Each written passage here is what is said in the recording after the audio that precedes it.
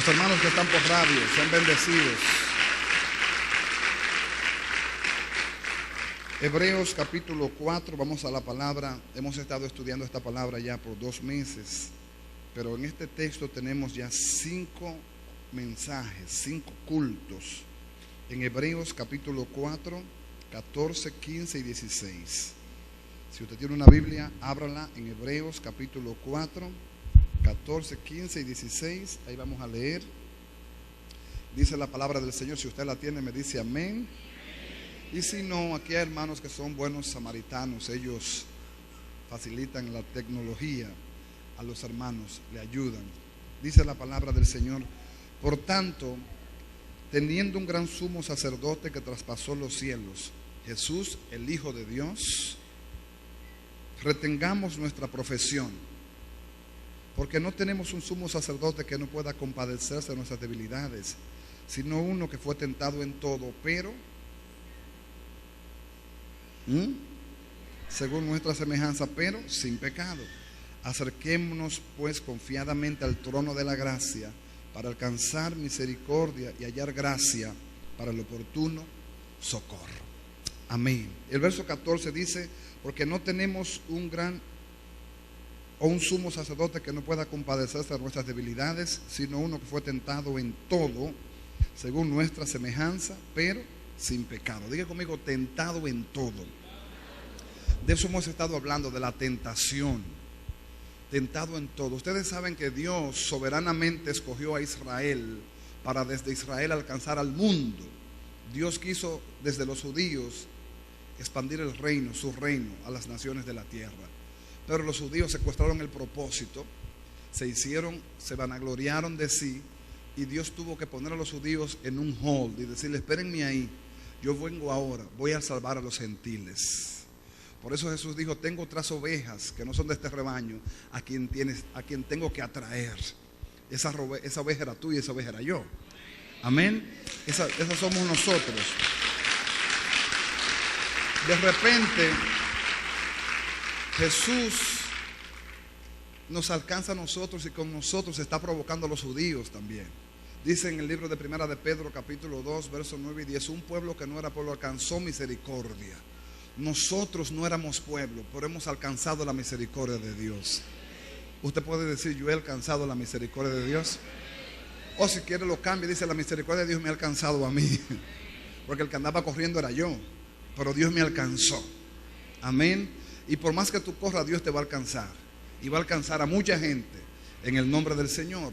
Dios escogió a Israel, y de Israel Dios levantó de la descendencia de Abraham, de la promesa que Dios le dio a Abraham. Dios le dijo a Abraham: en ti serán benditas todas las naciones de la tierra. ¿Cuántas? Y de la descendencia de Abraham nace Isaac, de Isaac nace Jacob y Esaú, Esaú y Jacob, y de Jacob nacen las 12 tribus. De las 12 tribus Dios escoge una tribu para él, la tribu de Leví. Los levitas eran del Señor. Y de la tribu de Leví Dios escogió una familia, la familia de Aarón. Y de ahí se levanta el sacerdocio según el orden de Aarón. Ese sacerdocio ministró por un tiempo ofreciendo sacrificios a Dios, sacrificios de machos cabríos, sacrificios de ovejas todo el tiempo, pero ningún sacrificio podía llenar las expectativas de Dios. Entonces Dios tuvo que encarnar a su Hijo y hacerlo el cordero que nosotros hoy tenemos como cordero, nuestro cordero inmolado, el que se inmoló por nosotros para pagar nuestros pecados. En el libro de Hebreos la palabra que usted más va a ver es la palabra mejor. Jesús mejor sacerdocio, Jesús mejor pacto, Jesús mejor mediador, Jesús mejor ofrenda, mejor. Amén. Soberanamente Dios lo hizo así, como soberanamente te llamó a ti.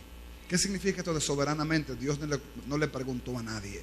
Él quiso hacerlo, porque Él es Dios y Él hace lo que Él quiere con quien Él quiere. Amén. Y Dios en Jesús nos da el representante perfecto. Jesús se encarnó por nosotros. Siendo encarnado, tomó forma de hombre y condición de siervo. De repente, Satanás pensó que en Jesús habitaba la naturaleza carnal igual que en los demás hombres. Por eso Jesús fue tentado en todo, pero dice la Biblia, sin pecado. Las tentaciones del hombre están en 3 renglones. Les hemos estado estudiando aquí 3 renglones. Diga conmigo: 3 renglones. Jesús fue tentado en las tres. Si usted lee conmigo Lucas, ahorita lo vamos a leer, pero vamos a leer Primera de Juan, capítulo 2, versículo 14 al 15, 16, 17.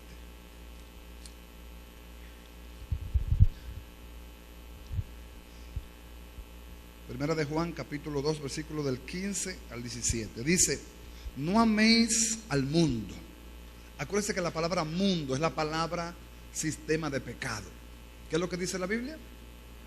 No améis el sistema de pecado que habita. Ahora, la palabra mundo tiene dos connotaciones. Mundo, la palabra geo, la palabra tierra. Nosotros estamos en la tierra, estamos en el mundo, pero no somos del mundo, dice la Biblia. Por ahí la palabra mundo está hablando de la palabra tierra. Aquí habla del sistema de pecado. No amen el sistema de pecado que hay en el mundo.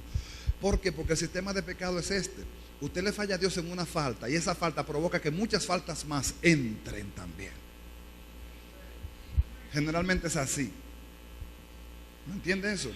Dice: no améis al mundo ni las cosas que están en el mundo.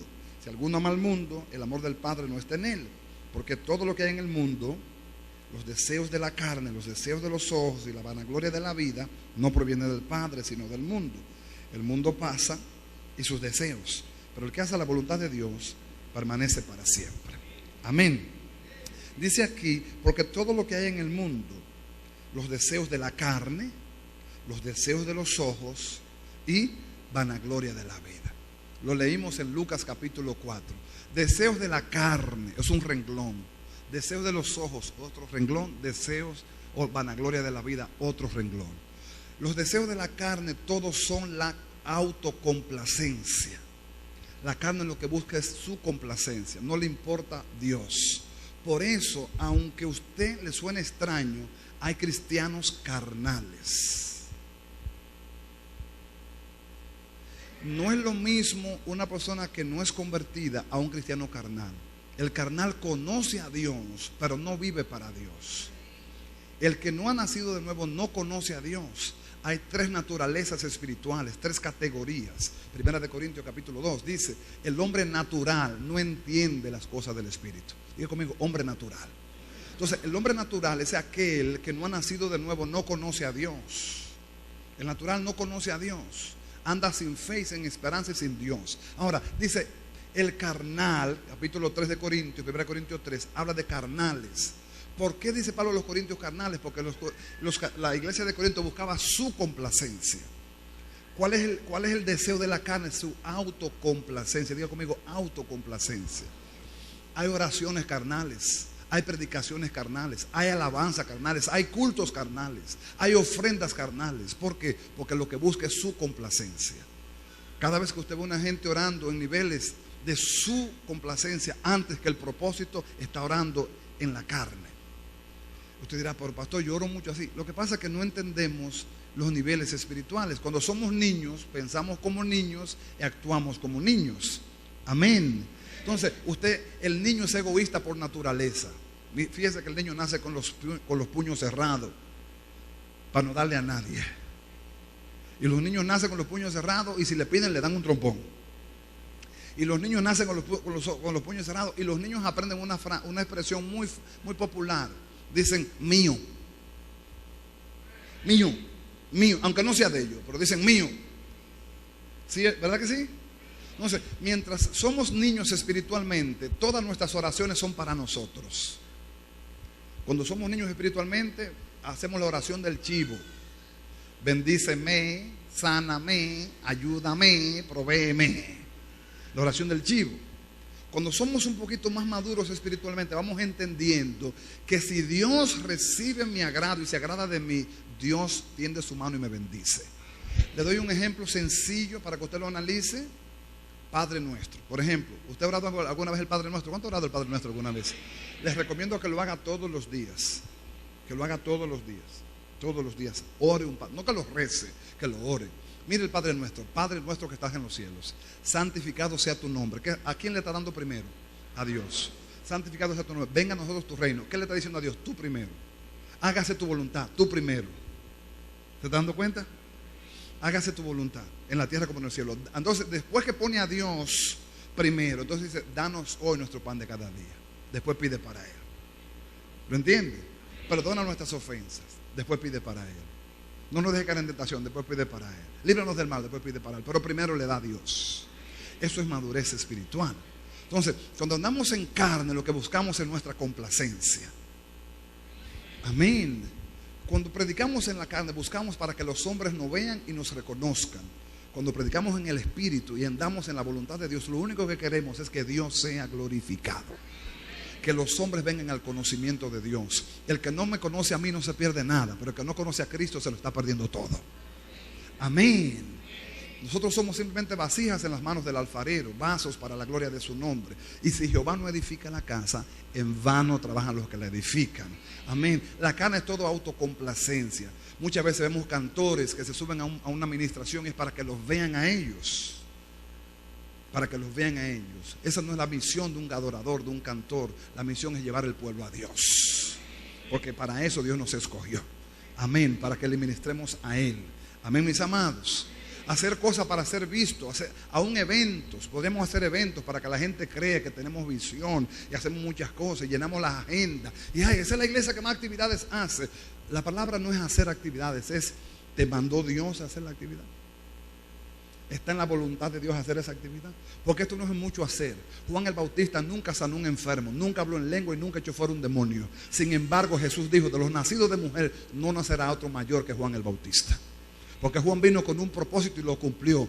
Juan vino simplemente para pararse en el Jordán, después de haber predicado el evangelio de arrepentimiento, y se paró en el Jordán en Juan 1:29 para hacer un anuncio. Y se paró Juan como un maestro de ceremonia y dijo, he aquí el Cordero de Dios que quita los pecados del mundo. Y tan pronto Juan hizo esa revelación pública, Jesús fue bautizado, Juan se quedó sin iglesia. Todos sus discípulos siguieron a Juan. Siguieron a Jesús. Y vino uno de los discípulos y dice, Señor, todos tus discípulos te dejan. Juan dice, para esto yo he venido, para que Él crezca y yo mengüe. Para eso yo vine, para que lo conozcan a Él.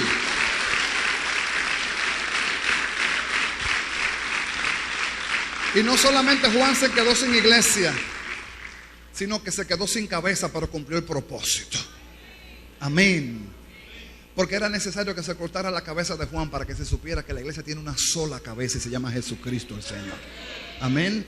La autocomplacencia está por doquier. La carne no es simplemente que una mujer se ponga un pantalón o se ponga una pantallita o se dé un tinte. Carne es buscar la autocomplacencia. Carne es buscar que lo vean a usted. Carne es buscar que lo consideren a usted. Carne es hacer creer que sin usted la iglesia se cae. Eso es carne, pura carne.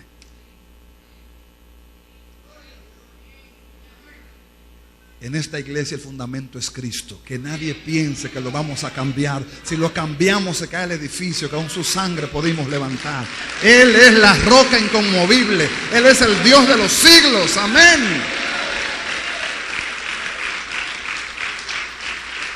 Entonces, ¿qué es carne? Diga conmigo, autocomplacencia. Eso es la carne. En Lucas capítulo 4, Jesús es llevado por Satanás, por el Espíritu al desierto. Satanás lo tienta, 40 días sin comer. Jesús tiene ¿qué? Hambre. Satanás le dice, si eres el Hijo de Dios, convierte estas piedras en pan. Jesús le dice, yo no tengo que probarte a ti que yo soy el Hijo de Dios. Yo soy el Hijo de Dios, yo sé que soy el Hijo de Dios. Y Jesús teniendo hambre, óigame, teniendo la autoridad y el poder, ¿pudo Jesús convertir las piedras en pan? Claro que él podía hacerlo, pero no tenía razón para complacer a Satanás. Satanás, no solo de pan vivir el hombre. Primera lección, boom, primer golpe. Vence la autocomplacencia. Una gente con hambre, ¿qué es lo que quiere? Una gente con sueño, ¿qué es lo que quiere? Una gente con sed, ¿qué es lo que quiere? Eso es así. Una gente en necesidad, ¿qué es lo que quiere? Dinero. Entonces, la autocomplacencia es mi necesidad. Es mi necesidad.